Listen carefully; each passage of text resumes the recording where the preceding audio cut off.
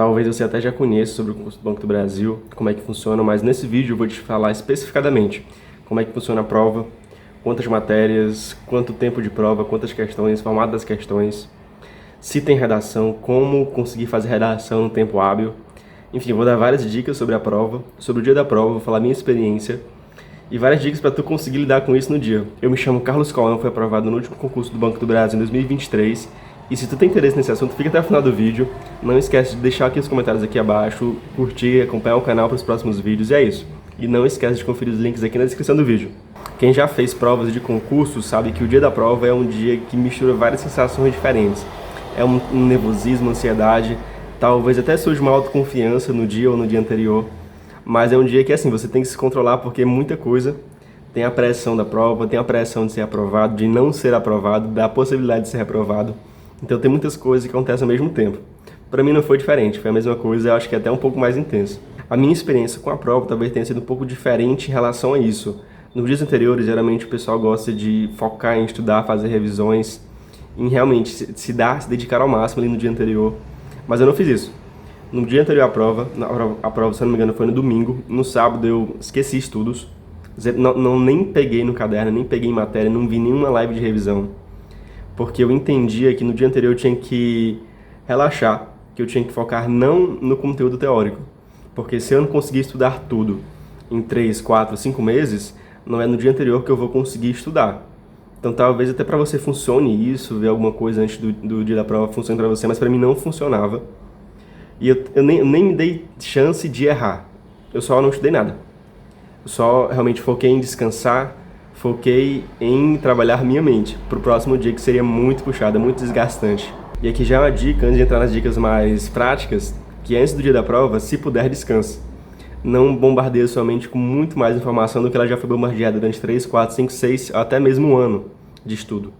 Foque em descansar, foque em assimilar o conteúdo e foque em fazer alguma coisa que espalhe tua mente, que te coloque um pouco mais para outro local, que não te deixe vidrada na prova, porque isso é o problema de muita gente. Muita gente fica tão vidrada na prova nos últimos dias, tanto no último dia antes da prova, quanto no dia da prova, que ela não consegue de forma alguma controlar a ansiedade dela. E na prova, o teu maior inimigo, se você estudou, claro, é a ansiedade, é a pressão, é o tempo. Então, tu tem que trabalhar isso também.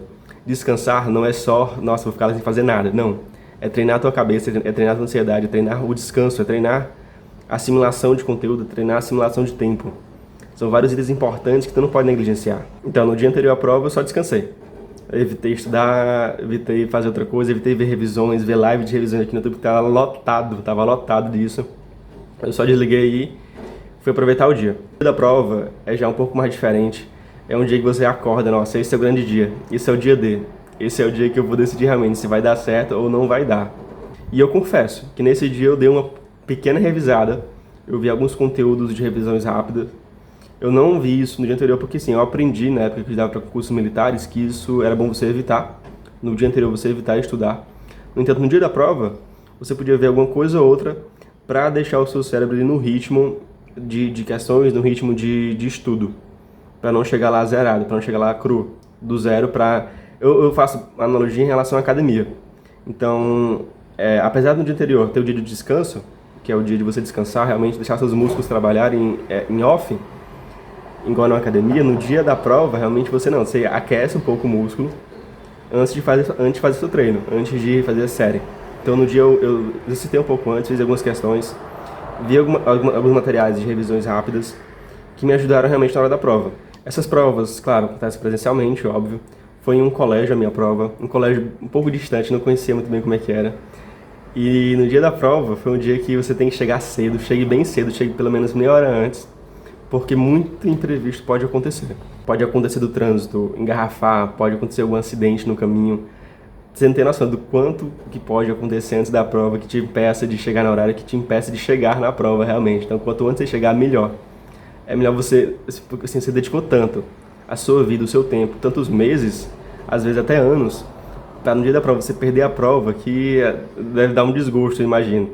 Então, foque em chegar cedo, foque realmente em não dar azar, e não dar chance ao azar.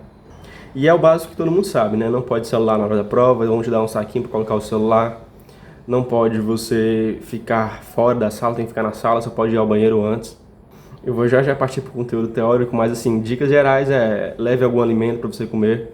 Chocolate, alguma barrinha de cereal, barrinha de chocolate, água, leve água. Vá com uma roupa confortável, não vá assim sufocado para ficar sem ar, vá com algo confortável. Faça tudo para facilitar ao máximo o seu foco nos estudos e evitar distrações externas, por mais que a sala talvez seja um pouco quente, talvez seja um pouco apertada. Minha sala foi extremamente apertada, várias cadeiras uma em cima da outra, muito próximo mesmo.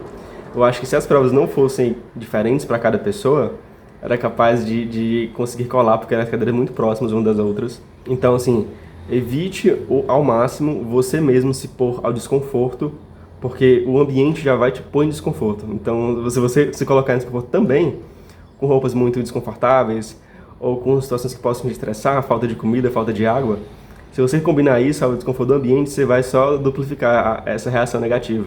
Então, foque em ficar o mais tranquilo possível, o mais confortável possível. E foi assim que eu fiz. Levei água, levei barrinha, levei comida para poder comer. Claro que não levei coisas que atrapalhassem meus candidatos. Muita gente leva salgadinho, que pode fazer aquela zoada imensa. Leve um sanduíche natural, alguma coisa que te sustente nas 5 horas de prova. E partindo um pouco para dados, a prova ela tem 5 horas de duração. Ela começa ali no meio-dia, 1 hora, se eu não me engano, e vai até às 17, 18, algo assim. A prova do Banco do Brasil, apesar de ser do mesmo concurso, elas são 3 provas diferentes, pelo menos foi assim no edital de 2023, e se eu não me engano, em 2018 também foram diferentes as provas.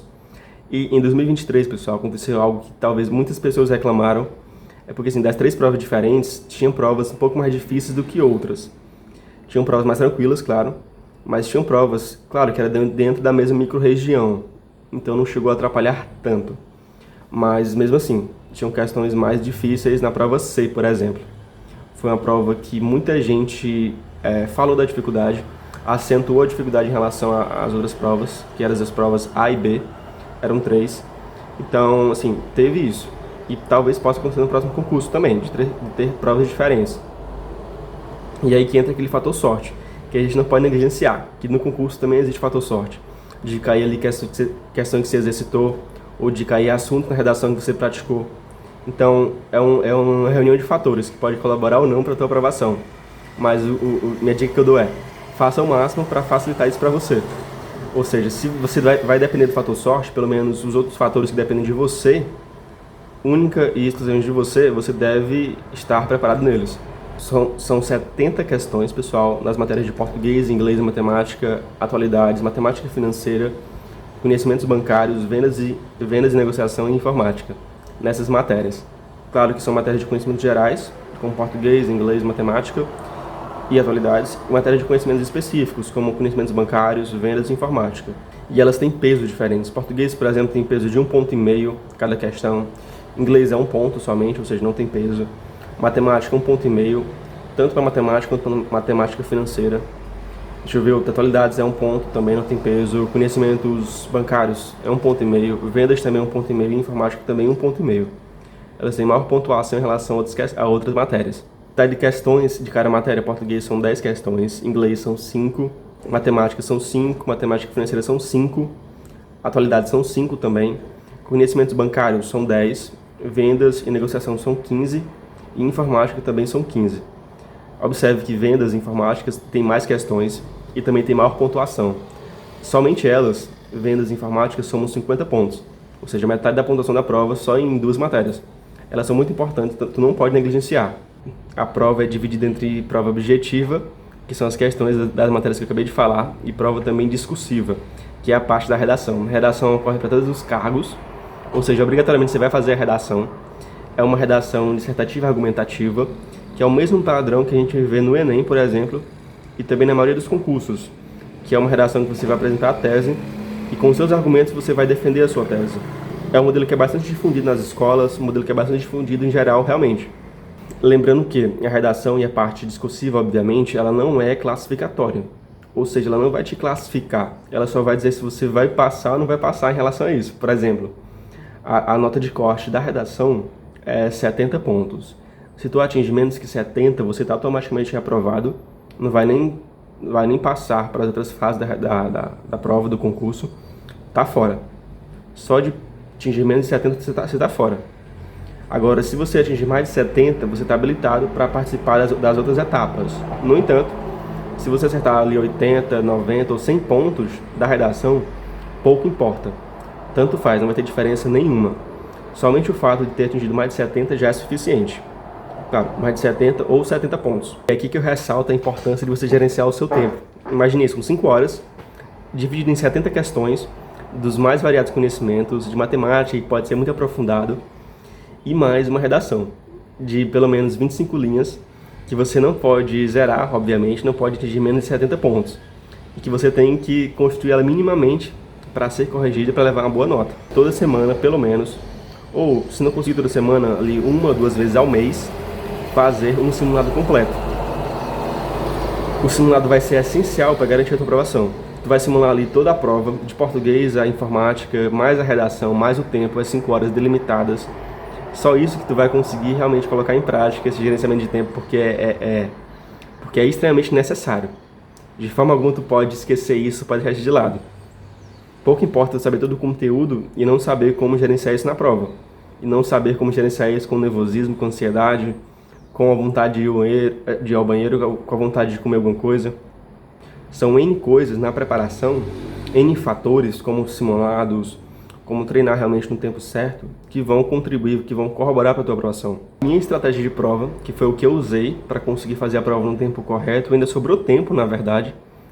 Então, que é uma estratégia que é muito boa e que você pode aplicar na sua realidade, nos seus estudos. Claro que você vai mudar conforme a sua preferência, mas tente pegar o que for útil para você e transformar em uma coisa melhor. Na prova, jamais comece pelas questões mais difíceis ou jamais siga sequencialmente as questões.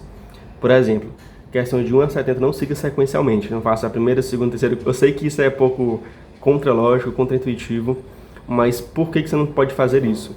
Porque se tu for seguir sequencialmente, você vai bater, você vai encontrar alguma questão que vai ser muito difícil e que você vai tomar muito do seu tempo logo no começo da prova. Isso vai ser desgastador para o teu cérebro. Você pode ter a maior certeza disso. Que se tu tá na 5ª questão ou ali na 10ª questão e pegar uma questão super difícil, que você tem que parar realmente para pensar, e se tu pensa em gastar todo esse tempo no começo, duas coisas. Tu vai estar totalmente desgastado depois dessa questão. Tu não vai, e a segunda coisa, tu vai perder muito do teu tempo em uma somente questão. Então não siga a ordem sequencial. Faça primeiro mesmo as questões que você olha, você bate o olho, nossa, eu bati o olho e já sei a resposta dessa questão. Eu bati o olho e já sei como é que eu faço. Faça primeiro as questões que você bate o olho e sabe fazer. Vá dar 1 até as 70 pulando as difíceis e fazendo somente as mais fáceis. Quando acabar todas as mais fáceis, você vai para as intermediárias e depois deixa as difíceis por último. Por favor, faça isso. Deixa as mais difíceis por último. Isso vai salvar o teu tempo, vai desgastar menos o teu cérebro e vai deixar para no final tu decidir realmente se vale a pena fazer aquela questão, se ela não vai tomar muito do teu tempo, e daí você vai ver no final se vale a pena realmente fazer aquela questão ou se é melhor chutar. Deixar em branco nunca é opção, mas você vai ver se é melhor chutar ou se é melhor tentar fazer aquela questão. Dito isso, que é muito melhor você não fazer as mais difíceis primeiro, é melhor deixar pro final, outra coisa que é muito importante é, o que é que eu fazia assim que abri a prova? Eu li o tema da redação, para já começar a fazer as questões e tá com aquilo na minha cabeça. Aquele tema lá batendo na minha cabeça para ver se eu consigo algumas ideias. E uma coisa que eu fazia, que é muito pessoal minha, que para mim funcionava, cada ideia que eu tinha sobre o tema da redação, eu colocava no esboço da prova. Na última folha, que é uma folha em branco, eu colocava lá os temas. Pontuava mesmo, tópico a tópico. Isso me ajudou a não esquecer argumentos ou pontos que eu tinha lembrado, ou citações ou frases que me viessem à memória naquele momento. Eu colocava lá para não esquecer e para poder retornar elas na hora da redação. Minha estratégia de redação envolvia isso também. Eu colocava primeiro os tópicos, óbvio, daí quando pegava ali 50%, 60% da prova, eu parava de fazer as questões objetivas e ia já escrevendo alguma coisa de redação na página oficial mesmo. Colocava primeiro ali a introdução, coisas que eu tinha certeza que estavam pelo menos minimamente ajustadas. E daí com 50% ou 60% já ia começando a escrever a redação na folha oficial. Tem muita gente que gosta de fazer o esboço, gosta de fazer o rascunho, mas eu sempre treinei com a folha oficial, para minimizar ao máximo o tempo de redação. Por quê? Porque a redação não classifica, só elimina. Então eu não precisava fazer uma redação perfeita, uma redação ali que fosse mudar o mundo, só precisava fazer algo que me desse mais de 70 pontos. Então por isso que eu não dedicava tanto tempo à redação, somente para fazer o mínimo. Claro que eu já havia praticado vários simulados antes, Já havia corrigido várias redações antes para saber realmente o que eu estava fazendo estava certo, não era coisa da minha cabeça. E caso me desse algum branco na redação, alguma coisa que eu esquecesse, estivesse muito travado na redação, eu voltava para as questões e ia fazendo essa troca. Fazia questões, hora eu fazia redação, conforme um ou outro fosse me desgastando mentalmente. Porque quando você está ali no meio da prova, pro final, muita coisa vai te desgastar. Você já vai estar muito cansado, sua cabeça vai estar a mil, com várias coisas ao mesmo tempo, você mal vai conseguir concentrar. Então, fazia essa mesclagem. Ou quando estava muito cansado, muito realmente desgastado, eu saía, ia no banheiro, e uma dica que eu dou é, cara, tá de saco cheio da prova? Vai no banheiro, vai tomar uma água, vai levantar e dar uma caminhadazinha. Isso é muito importante, vai no banheiro lavar o rosto, depois volta, porque se tu vai ficar batendo na questão, com a cabeça cheia, com a cabeça desgastada, você não vai conseguir sair nada dali. Ou sair vai ser algo muito errado que você nem vai perceber na hora. Você vai perceber depois. Em um mundo ideal, é para sobrar pelo menos ali meia hora para você conseguir revisar as questões. E se conseguir fazer isso, faça. Mas não evite ao máximo alterar a resposta depois que você terminar tudo. E talvez o seu cérebro pode te enganar. Ele pode te fazer achar que você colocou a resposta errada no começo e vai te fazer trocar a resposta. Daí você vai ver no gabarito e a resposta certa era a resposta que você fez de primeira. Então evite ao máximo trocar. Só vá revisar mesmo para ver se não deixou nenhuma questão em branco e para ver se não tem nenhum erro muito crasso, que obviamente é erro.